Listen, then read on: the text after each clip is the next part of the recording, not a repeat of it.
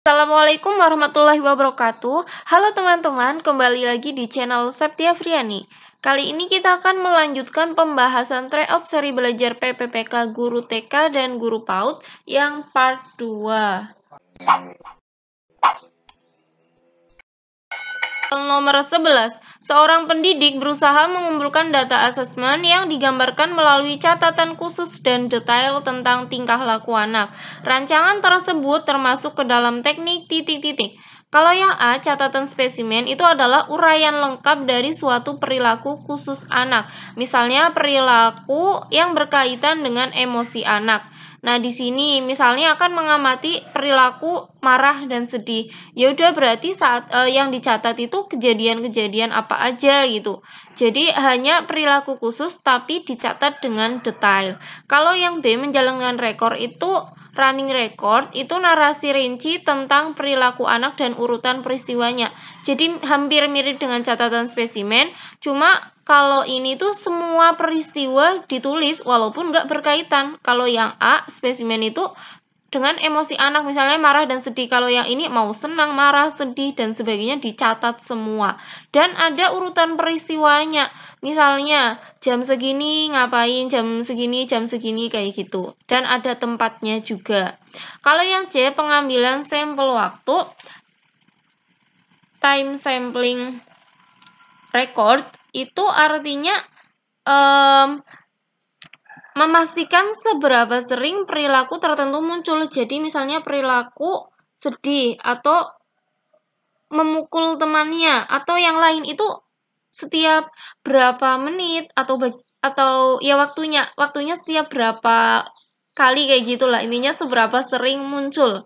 Kalau yang D, catatan anekdotal, itu adalah uraian tertulis mengenai perilaku yang ditampilkan oleh anak dalam situasi khusus. Jadi cuma pada situasi tertentu doang atau situasi khusus, kasus khusus doang. Kalau yang E, pengambilan sampel acara, event sampling record, itu artinya pengamatan yang memberikan kesempatan kepada pengamat untuk menunggu dan kemudian mencatat perilaku khusus yang sudah dipilih lebih dulu. Nah, berdasarkan soal di sini itu adalah melalui catatan khusus dan detail tentang tingkah laku. Detail tingkah laku secara lengkap. Berarti jawabannya itu yang A, catatan spesimen. Soal nomor 12, Ibu Caca ingin menilai perkembangan motorik halus Nino dengan memberi tugas untuk mengerjakan pola gambar dengan bahan alam. Hasil pekerjaan Nino yang Ibu Caca perintahkan menggunakan layanan apa? Jadi ini maksudnya yang Ibu Caca lakukan itu menggunakan layanan apa gitu ya teman-teman. Kalau yang A, praktek langsung, itu artinya tugas dalam perbuatan yang dapat diamati seperti menyanyi, menari, senam, dan sebagainya.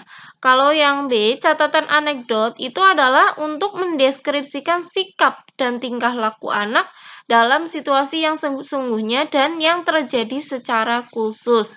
Seperti yang tadi, portofolio adalah pengumpulan dan penilaian sampel pekerjaan siswa dalam kurun waktu yang panjang, dan ini berdasarkan kumpulan hasil karya siswa.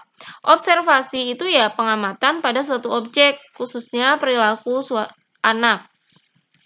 Kalau hasil karya adalah hasil kerja siswa setelah melakukan suatu kegiatan, dapat berupa karya seni atau pekerjaan tangan. Nah, berdasarkan soal ini, di sini itu kan Ibu Caca memberikan Nino itu untuk mengerjakan pola gambar. Nah, setelah itu hasil pekerjaan Nino berarti kan hasil karya ya, teman-teman.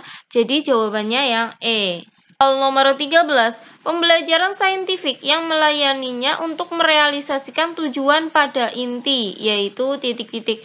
Jadi tujuan pada inti atau KI itu ada 4 KI, KI 1 sampai KI 4, yaitu ada sikap spiritual, sikap sosial, pengetahuan, dan keterampilan.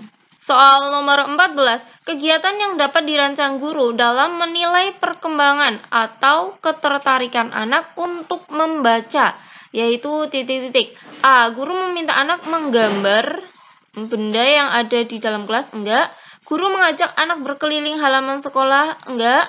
Kalau yang C, guru mengajak anak untuk membaca tulisan yang ada di dalam kelas. Nah, ini nih teman-teman, jawabannya itu yang C. Soal nomor 15, seorang pendidik PAUD melaksanakan proses asesmen dengan memberikan pendampingan pada anak melalui program yang sesuai dengan kebutuhannya.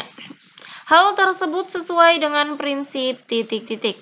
A. Advokasi itu artinya memberikan pendampingan program yang sesuai. Nah, berarti jawabannya ini yang A ya, teman-teman. Kalau yang reliable itu artinya memiliki tingkat kepercayaan yang tinggi atau reliabilitas dari hasil yang telah dicapainya tanpa banyak dipengaruhi oleh unsur waktu dan orang yang melakukannya. Jadi intinya reliable. Reliable itu kalau berulang-ulang nanti hasilnya tetap konsisten atau ajak. Kalau keahlian administratif itu artinya proses dan hasil asesmen harus dilakukan dan dikelola dengan menggunakan analisis administratif yang profesional. Jadi intinya nanti pakai analisis administratif yang profesional atau yang mendukung, yang terpercaya.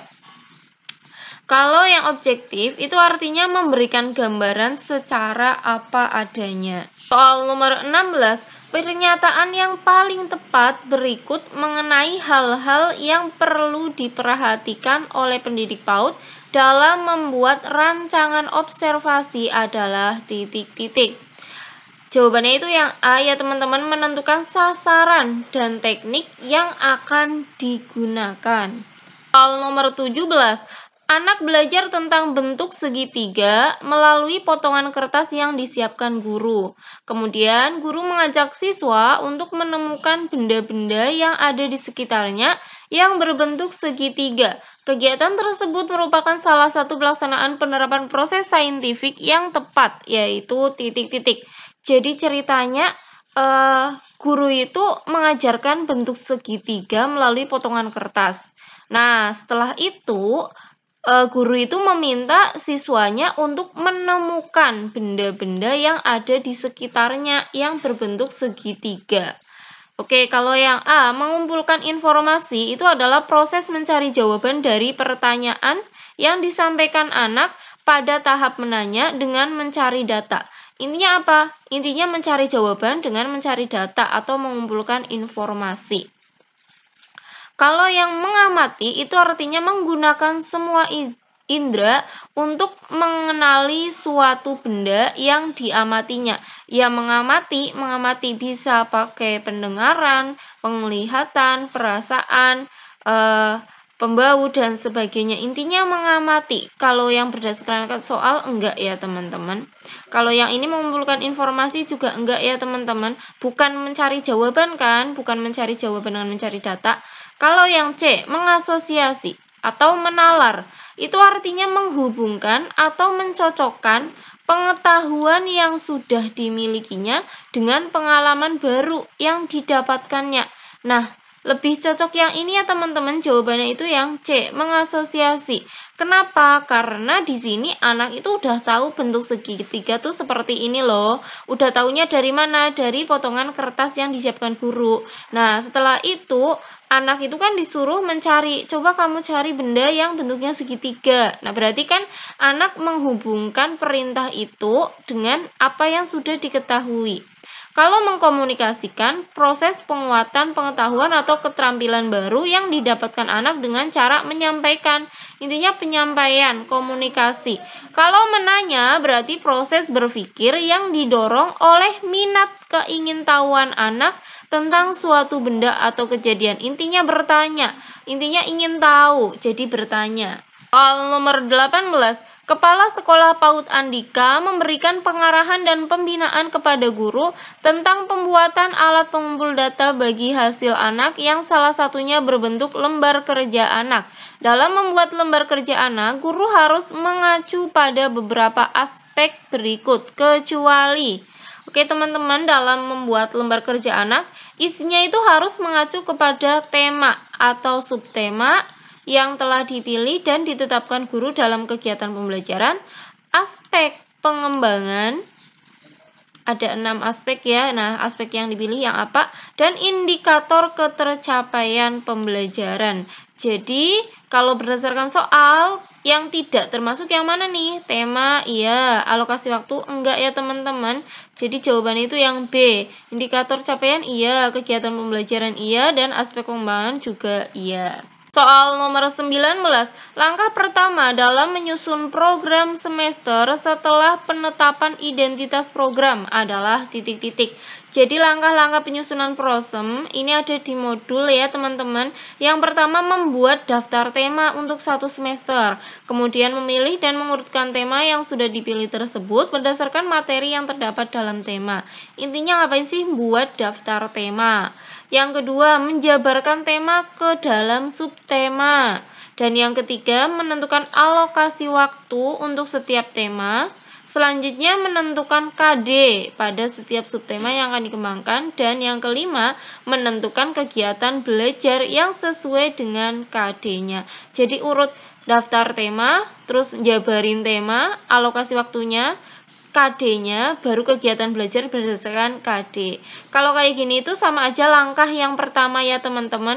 Menentukan alokasi waktu, enggak. Menjabarkan tema, harusnya setelah tema. Menentukan materi yang akan digunakan juga enggak.